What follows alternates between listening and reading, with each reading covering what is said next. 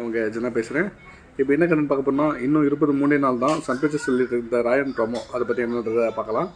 அடுத்தடுத்து வெளியாகும் பெரிய படங்களில் வந்து நம்ம ரசிகர்களை வந்து திரையரங்க நோக்கி அழைச்சி செல்லும். ஒவ்வொரு நாளும் வந்து அடுத்தடுத்த புதிய படங்களுக்கான அறிவிப்பு வந்து வெளியே வந்துகிட்டே இருக்குது. இந்த மாதம் வந்து பெரும் கொண்டாட்டங்களை நம்ம ரசிகர்கள் வந்து அள்ளி வழங்கிட்டு இருக்குது. இந்த நிலையில் வந்து சன் பிக்சர்ஸ் தயாரிப்பில் நம்ம தனுஷ் சார் நடிக்கும் தனுஷ் சாரோட இயக்கத்தில் நடிப்பில் உருவாகி இருக்க ராயன் திரைப்படம் வந்து 26ஆம் தேதி உலகம் 3 திரையரங்களை வந்து வெளியாகி இருக்குது. அதாவது இயக்குனராக தனுஷ் சாரோட 2வது படமாகவும் நடிகனா 50வது படமாகவும் ராயன் வந்து அமைஞ்சிருப்பது வந்து ஒரு முக்கியமான விஷயமாக நம்ம பார்க்கலாம்.